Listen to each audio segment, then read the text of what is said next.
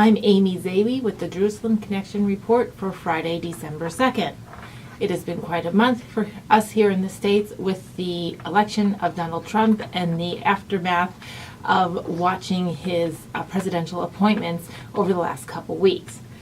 There are people who are in shock from happiness and people who are in shock with sadness over his election. But be that as it may, no matter what side of the aisle you come down on, if you support Israel and the Jewish people, you should see hope and a glimmer of happiness. In the frenzy of appointments, Donald Trump has appointed a few women and a few minorities and a few women minorities to a variety of posts, including one South Carolina Governor Nikki Haley, who has been a true friend of Israel since she's come on the legislative scene. She was one of the first governors to introduce in her state anti-BDS legislation. That is legislation that meant that no state funds could be used with any organization or agencies that were involved in boycott, divest, or sanction activities against a particular company because of its ethnicity, its national origin, or what have you. Basically for discriminatory practices. Therefore, she did not name Israel specifically in her legislation, but she has mentioned publicly that was part of her intent. Like Mike Pence, the vice president-elect, he shared that same vision, championing similar legislation through the Indiana legislature, and so far, nearly 30 states have passed those measures, and many more are going to vote. At the same time, federal-level legislation of the same vein has been stuck in the Senate because of the Obama administration, even though it got bipartisan support in the House and Senate. So with the upcoming new administration, perhaps the federal level legislation will pass early 2017. This should be exciting to all. But Nikki Haley in particular, a minority female from the state of South Carolina who has been openly supportive of the nation of Israel and the Jewish people during her time on the public scene, is a refreshing addition to our delegation to the United Nations. The United Nations is an organization that repeatedly demonstrates bias and prejudice against the state of Israel and the Jewish people, calling it out with unfair assessments that it is somehow violating human rights. Resolution after resolution and declaration of condemnation have been set to the floor in the UN and passed by a variety of nations that are almost laughable that they should have such a vote, including nations on the human rights councils such as Libya and China, and places where open, documented violations of human rights at the hand of the government are ever present, and yet somehow only Israel gets called out. That said, at least with Nikki Haley at the UN, these activities will be called out and argued, and a voice of reason will be heard.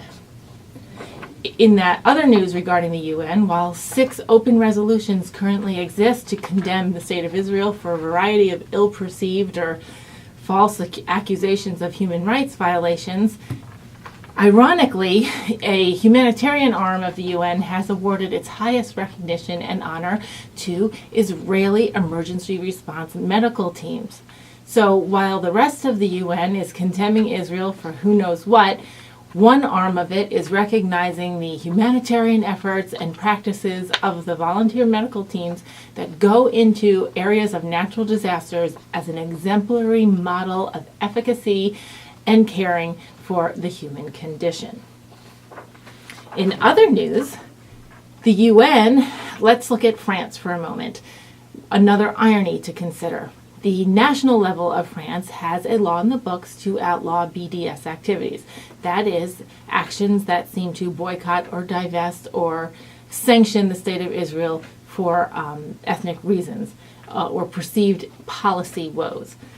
At the same time, the food labeling industry has mandated that all products sold in France note the exact territory from which it originated, whether it's Judea and Samaria, East Jerusalem, or the Golan Heights. Anyway, there are 200 disputed regions in the world today, and no other nation or disputed claim has been noted in this legislation. Nobody's asking Morocco to label products from the Sahara or China to label products specifically manufactured in Nepal. That said, Israel is called out to label their products in the hopes that consumers would then choose to boycott them because of the so-called disputed territory or occupational oppression that the Israelis, they seem to think, have. That said, the irony there is that the actual people who are hurt by these boycott actions are the people themselves, the workers and the inhabitants of those regions, which include a variety of minorities, not just Arabs, but also the Druze. In the French publication called The Independent, a news article articulating this labeling law used a photograph of a box of apples that had some writing on the side. The writing indicated, it was in another language from French, that the apples were from a Druze company and packed in Golan Heights. Now, with that said, to boycott that particular product would mean that you are boycotting the Druze. The very people, the BDS people, are trying, or say they're trying to help. That is, the minorities in these areas that Israel or Jewish organizations are overseeing.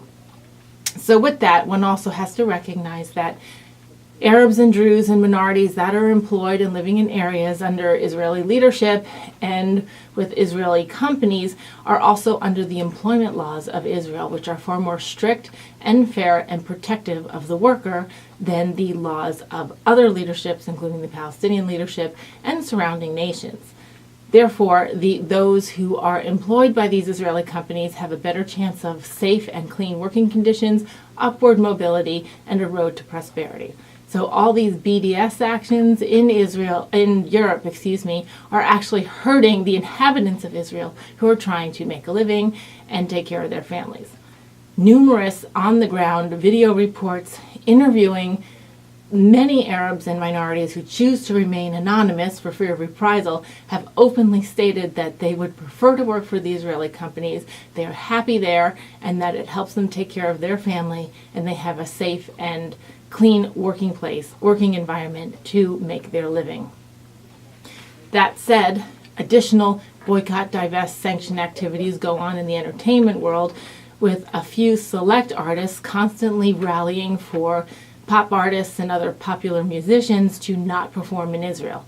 May I say that Jennifer Lopez and the Australian group Air Supply have openly snubbed their nose at such requests and calls and are playing happily in the nation of Israel in the coming months. Bon Jovi did this last year as well as other artists, so I'm happy to see the music community is learning that the Israeli people are just as much eager and enthusiastic consumers of music and should be supported, and their policies are in fact fair, and these musicians are analyzing the situation and coming out on the side of Israel and will patronize their nation. With that said, a little bit of good news on top of the bad.